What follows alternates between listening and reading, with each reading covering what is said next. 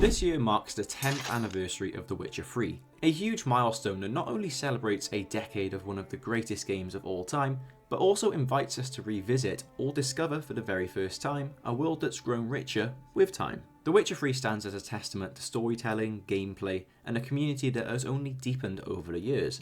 But in this video, I'm going to be talking about why you in 2025 should either revisit or play this game for the very first time. I'll be exploring why this game isn't just a relic of the past, but a beacon for what video games actually can be. And if The Witcher 4 is anywhere near 70% as good as this game, we're going to be in for a great treat. If you enjoy The Witcher 3 videos or just gaming videos in general, please do consider subscribing as it is a massive help for the channel.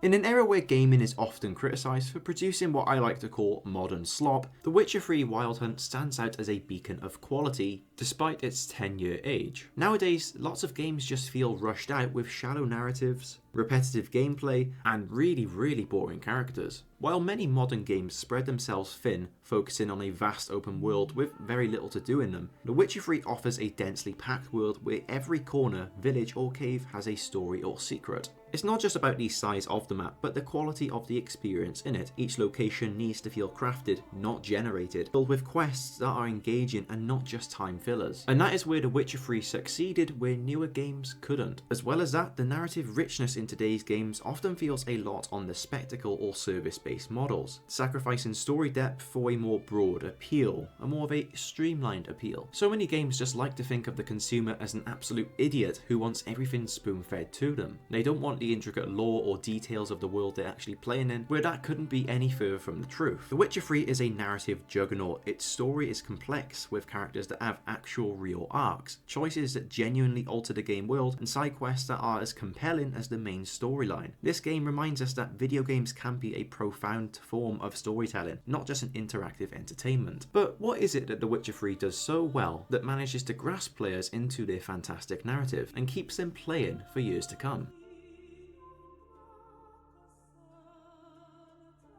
The narrative of The Witcher 3 is not just a story, it's an odyssey through a meticulously crafted universe that has matured like a rare vintage. From the source material made by the amazing Andrzej Sapkowski, from the expansions made in the in-game world. By 2025, this lore has only deepened with fan theories, community-driven content, and the unfortunately very poor Netflix adaptation, which still makes me a bit sad to this day. Each of these sources of content have provided layers of history that connect every character and location, whether it's the ancient elven ruins whispering tales of old, or the crazy politics of the northern kingdoms. Each element is a piece of a larger puzzle. A part of this puzzle is the amazing characters that you can come across in The Witcher 3, and in fact throughout the entire franchise.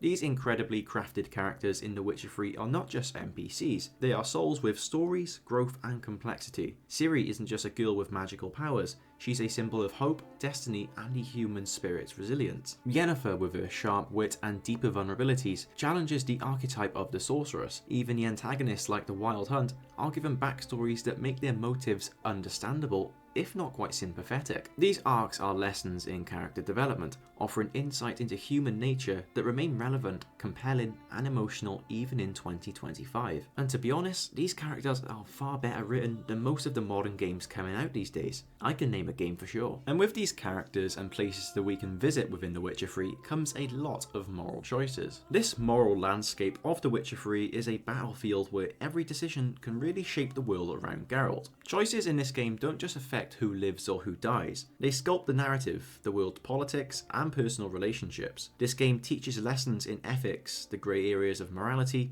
and the consequences of actions or inaction. In an era where games may lean towards binary good versus evil, The Witcher 3's nuanced approach to morality feels like a breath of fresh air, inviting so many players to just reflect on their own values as they navigate their own journey as Geralt.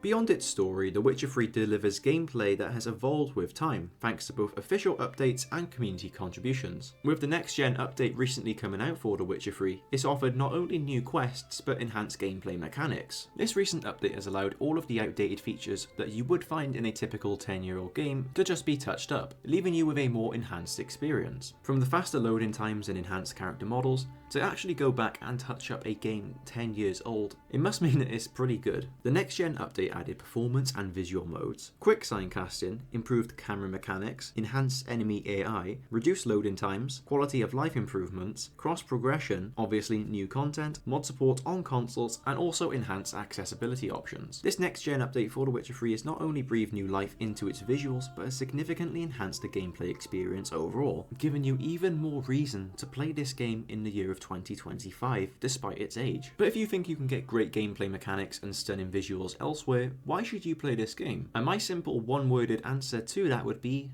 immersion.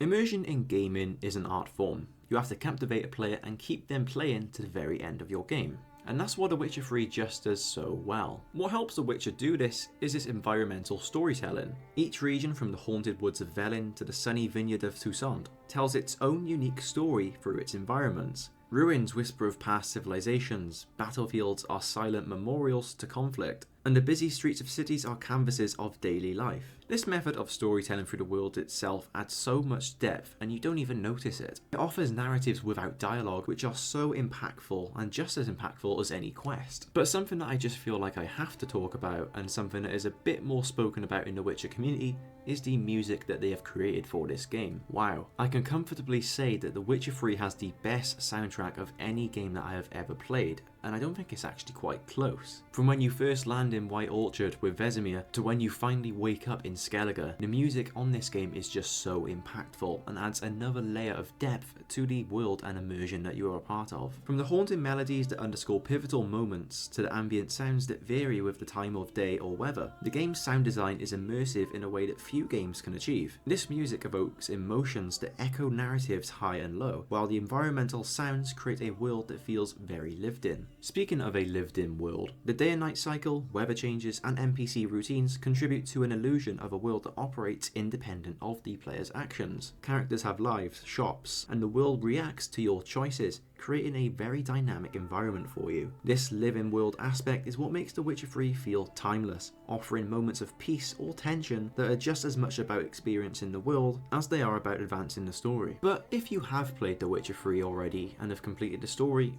what reason should you come back and keep playing it again? Well, let me tell you about the replayability value of The Witcher 3 and how it offers endless adventure.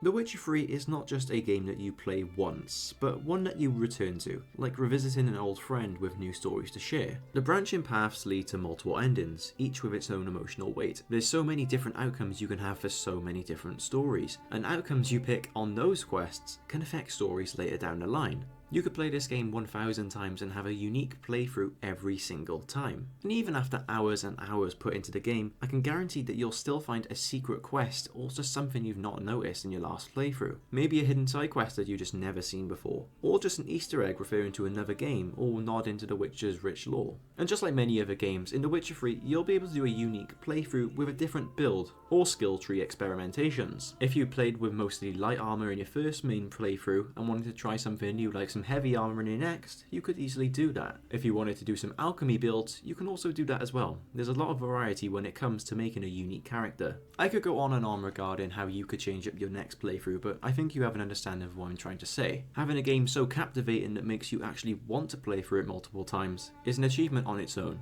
and The Witcher 3 has definitely done that for a lot of people.